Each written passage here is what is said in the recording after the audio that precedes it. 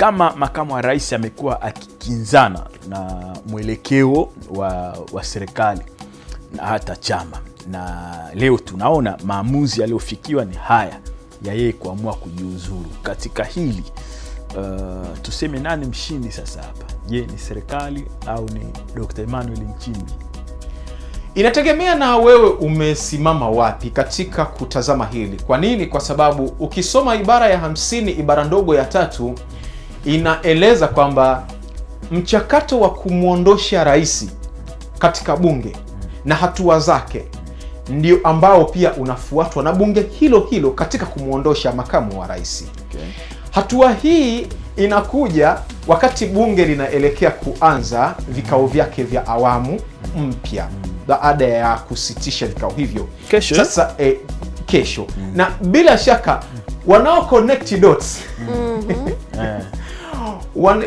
wanafikiria kwamba pengine kuanza kwa bunge hili na ile mamlaka kikatiba ambayo rais amepewa, kwamba rais kikatiba anayo mamlaka ya kuwasilisha kwa spika hati inayoainisha masuala ambayo yanamhusu makamu wa rais, kama sababu unaweza kusema, au nitumie lugha ya kikatiba, hoja ambazo zinamkosesha sifa ya kuendelea kusimama katika nafasi hiyo. Na hii ni ibara ya 50 ibara ndogo ya 3 imeainisha haya mambo matano ambayo yanaweza kuwa katika hati inayowasilishwa na spika kwa spika wa bunge na rais wa jamhuri, mojawapo likiwa la makamu wa rais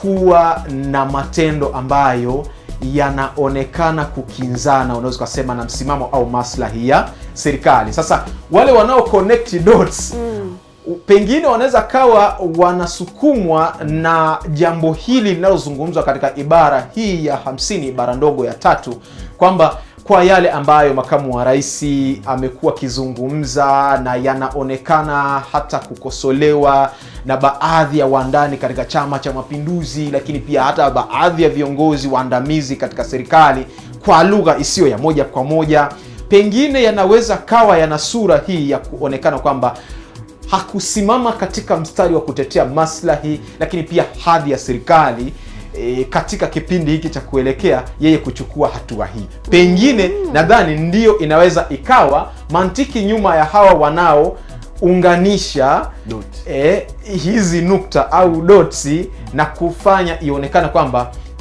yawezekana makamu wa rais akawa amechukua hatua hii kuliwahi bunge kabla halijaingia ili kutoanzisha mchakato wa kuweza kumuimpeach au kumuondosha madarakani kupitia kura ya kutokuwa na imani naye, mamlaka ambayo bunge hilo limepewa na ibara ya 50 ibara ndogo ya 3 kwa sababu. Lakini kwa upande mwingine unajua huyu ni kiongozi ambaye anatoka katika chama ambacho kinatawala, na hata Chama pia cha Mapinduzi kina mchakato wake wa kumuondosha mtu inapotokea katika nafasi fulani anaonekana pengine mambo kwa mienendo ya maneno, vitendo, amekuwa pengine hasimamii yale ambayo yanaendana na ilani yao, lakini pia utamaduni na siri za chama. The Bantu.